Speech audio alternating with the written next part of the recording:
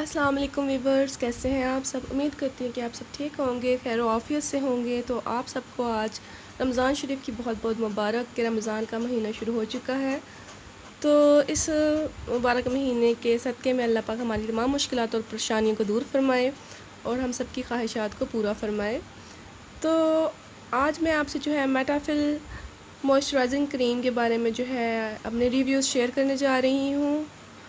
ये प्रोडक्ट पाकिस्तान में काफ़ी ज़्यादा हाइप है और काफ़ी लोगों ने इसको जो है रेकमेंड भी किया हुआ है कि ये बहुत अच्छा है ड्राई स्किन के लिए, मेलास्मा के लिए, सेंसिटिव स्किन के लिए। तो मैंने सोचा कि मैं भी इस पर अपने रिव्यूज़ आप लोगों से शेयर करूं।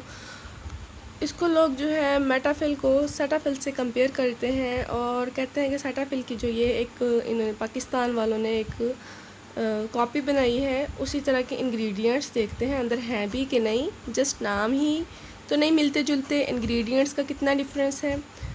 तो इस तरह के बॉक्स में आया है ये, जैसे कि आप देख सकते हैं। और मॉइस्चराइजिंग क्रीम है specially design for dry skin, eczema. और इंग्रेडिएंट्स इसके ये हैं। मैंने बहुत ही तसल्ली से इसके इंग्रेडिएंट्स के बारे में रिसर्च की है।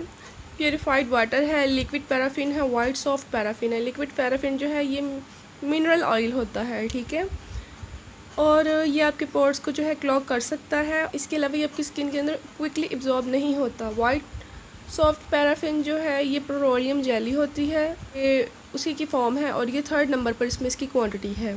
इसके अंदर जो है पॉलीथिलीन ग्लिकोल है, ये भी एक इंग्रेडिएंट है जो मिक्सिंग के लिए यूज़ होता है। और ये भी एक मिनरल ऑयल है।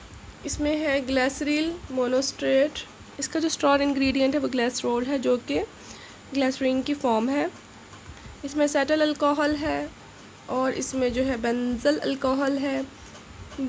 बेसिकली ये दोनों प्रिजर्वेटिव के तौर पर यूज़ होते हैं, सॉल्वेंट के तौर पर यूज़ होते हैं, लेकिन ये अल्कोहल इसमें ऐड है। और इसमें सिट्रिक एसिड है जो कि AHA का काम करता है, यानी कि आपकी स्किन को एक्सफोलिएट करता है, आपके सेल्स को जो है ये बहुत ही लाइट और सॉफ्ट तरीके से एक्सफोलिएट करता है। पोटेशियम सॉर्बेट भी है और इसके अंदर सिलिकॉन्स भी ऐड हैं। इसके अंदर एसेंशियल ऑयल्स नहीं हैं, मिनरल ऑयल्स हैं, ग्लिसरीन है, पेट्रोलियम जेली है, सिलिकॉन ऐड है और फैटी एसिड ऐड है। वाइट सॉफ्ट पैराफिन यानी जो पेट्रोलियम है वो है और ग्लिसरॉल है। ये इसके मेन इंग्रेडिएंट्स हैं जो कि आपकी स्किन को यानी कि डिहाइड्रेशन से बचाते हैं, आपकी स्किन को हाइड्रेट रखते हैं और आपकी स्किन के ऊपर जो है खुश्की हो जाती है, पैचेस पड़ जाते हैं, उनको ये रिमूव करने में बहुत ज़्यादा मदद करते हैं। इसके अंदर जो है फ्रेगरेंस नहीं है, लेकिन इसके अंदर अल्कोहल है और मिनरल ऑयल्स हैं। तो जो लोग इन इंग्रेडिएंट्स को अवॉइड करते हैं वो इसको बाय मत करें। और ये काफ़ी थिक मॉइस्चराइज़र है और इसके अंदर जो ये इंग्रेडिएंट्स हैं जैसे कि अल्कोहल, सेट्रल अल्कोहल और बेंजल अल्कोहल और लिक्विड पैराफिन, ये इरिटेट कर सकते हैं आपकी स्किन को अगर आपकी स्किन सेंसिटिव है। इन्होंने यहाँ क्लेम तो किया हुआ कि आपके पोर्स को क्लॉग नहीं करेगा, लेकिन ये जो इंग्रेडिएंट्स हैं पोर्स को क्लॉग कर सकते हैं क्योंकि ये आपकी स्किन की सरफेस पर बैठ जाते हैं, आपकी स्किन के अंदर एब्जॉर्ब नहीं होते कई इनमें से। तो मुकम्मल तौर पर ये आपकी स्किन को डीपली हाइड्रेट भी नहीं करता मॉइस्चराइज़र, जस्ट एक लेयर से बना देता है आपकी स्किन के ऊपर।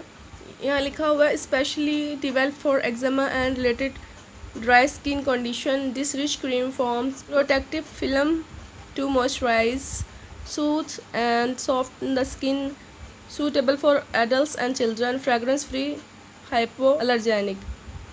लेकिन मुझे इनकी इस क्लेम की समझ नहीं आती। अगर ये हाइपोअलर्जेनिक है तो इसमें कुछ इंग्रेडिएंट्स इरिटेटिंग क्यों डाले हैं, अल्कोहल इन्होंने ऐड क्यों किया है। वैसे तो वो एज ए सॉल्वेंट ही ऐड किए जाते हैं, लेकिन इसके जो मेन इंग्रेडिएंट है वाटर और लिक्विड पैराफिन जो है वो भी मिनरल ऑयल है और मैं इतना मिनरल ऑयल के भी हक़ में नहीं हूँ।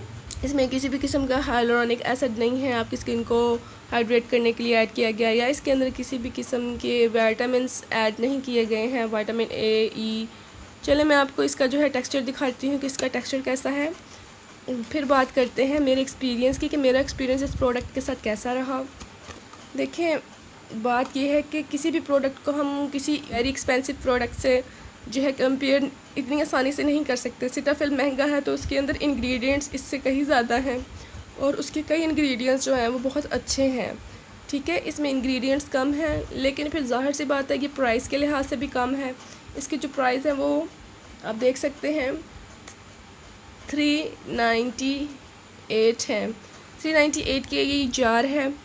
तो मैं वैसे ये जो मॉइस्चराइज़र है बिल्कुल रेकमेंड नहीं करूँगी ऑयली कॉम्बिनेशन और सेंसिटिव स्किन को। ड्राई स्किन वाले इसको यूज़ कर सकते हैं लेकिन कि उतनी ज़्यादा हाइड्रेशन प्रोवाइड नहीं करता। मुझे इसका ना टेक्सचर इतना पसंद नहीं आया और इसकी जो फ्रेगरेंस इन्होंने अंदर ऐड नहीं की, लेकिन इसकी जो स्मेल है बहुत ही अजीब सी है, जैसे कि किसी मेडिसिन की होती है स्मेल ऐड ना करने की वजह से। अच्छा, जार में से फिंगर के साथ कभी भी मॉइस्चराइज़र को नहीं निकालना चाहिए क्योंकि इससे जो है बैक्टीरिया अंदर पैदा होने का ख़तरा होता है। मैं आपको इसका टेक्सचर दिखाती हूँ कि इसका टेक्सचर कैसा है। ये देखें, इसका टेक्सचर आप देख सकते हैं काफ़ी थिक है। ये ब्लेंड बहुत आसानी से हो रहा है लेकिन आपकी स्किन के अंदर जो है क्विकली एब्जॉर्ब नहीं होता, उसकी सरफेस पर बैठ जाता है और आपके यानी कि फेस पर एक शाइनी सा लुक आता है जो मुझे पसंद नहीं है। पर्सनली मुझे पसंद नहीं है एक शाइनी सा लुक जो आता है आपके फेस पे। इसके अलावा इसको लगाने के बाद मैंने फ़ील किया कि मुझे ना एक्स्ट्रा फेस पे स्वेटिंग हुई है। पता नहीं ये सीबम को इंक्रीज़ तो नहीं कर रहा इसका कोई इंग्रेडिएंट, तो इस बात की मुझे समझ नहीं आई। बहरहाल मे बी ये सर्दियों के लिए ज़्यादा बेटर हो गर्मियों की निस्बत में। आपको इसको अब्जॉर्ब करके दिखाती हूँ अपनी स्किन पे। जैसा कि आप देख रहे हैं कि इजीली आपकी स्किन के अंदर जो है अब्जॉर्ब नहीं हो रहा है। देखें, एक वाइट कास्ट सी पैदा कर रहा है, इसको ना मुश्किल हो रही है अब्जॉर्ब करने में, एक लेयर सी बना रहा है।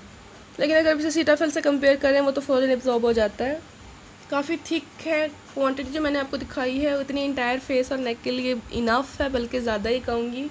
आप देख सकते हैं कि मेरे हैंड पर कितना ग्रीसी सा लुक आ रहा है और जिस तरह के शाइन सी आ रही है ऊपर ना, ये शाइन मुझे बहुत इरिटेट करती है पर्सनली। और गर्मियों के अंदर तो इतना हैवी मॉइस्चराइज़र जो है वैसे ही इरिटेट करता है स्किन को, तो पता नहीं क्यों इतना ज़्यादा यानी कि ग्लॉसी लुक दे रहा है। मुझे पर्सनली इसका ना अच्छा नहीं लगा। इधर मैंने इसे अप्लाई नहीं किया, आप देख सकते हैं, और इधर मैंने किया है। कितना डिफरेंस है दोनों हैंड्स का, डिफरेंस आप देख लें कितना है।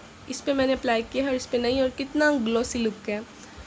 एनीवेज़, ये मैं ऑयली और कॉम्बिनेशन और सेंसिटिव स्किन को तो रेकमेंड नहीं करूँगी। ये आपके पोर्स को क्लॉग भी कर सकता है और आपको इरिटेट भी कर सकता है। लेकिन अगर किसी की बहुत ज़्यादा ड्राई स्किन है और उसको मिनरल ऑयल्स और अल्कोहल से ख़ास फ़र्क नहीं पड़ता तो वो इसको एक ट्राई दे सकते हैं। और जैसे कि आपको पता है ड्राई स्किन वाले जो हैं वो मॉइस्चराइज़र के बगैर नहीं रह सकते और उनके पास और कोई इसके अलावा ऑप्शन नहीं है, यानी कि वो उससे अच्छा मॉइस्चराइज़र जो है वो बाय नहीं कर सकते।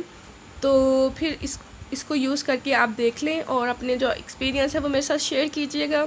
लेकिन पर्सनली मुझे ये जो है मॉइस्चराइज़र मैं यूज़ नहीं करूँगी फेस पे क्योंकि मुझे इसका टेक्सचर नहीं पसंद और मुझे लगता है कि ये मेरे पोर्स को क्लॉग करेगा और मेरी स्किन को इरिटेट करेगा। लेकिन पर्सनली मैं इस मॉइस्चराइज़र को रेकमेंड नहीं करूँगी और मुकम्मल हाइड्रेशन आपको प्रोवाइड नहीं करता। तो उम्मीद करती हूँ कि आपको आज की वीडियो भी अच्छी लगी हो। अगर आपको आज की वीडियो अच्छी लगी हो, हेल्पफुल हो आपके लिए, तो इसे लाइक ज़रूर कीजिएगा और चैनल को सब्सक्राइब करना मत भूलिएगा। बेल आइकन का बटन दबा लीजिएगा। इस मॉइस्चराइज़र के बारे में कोई भी कन्फ्यूजन हो तो आप कमेंट्स में मुझसे पूछ सकते हैं।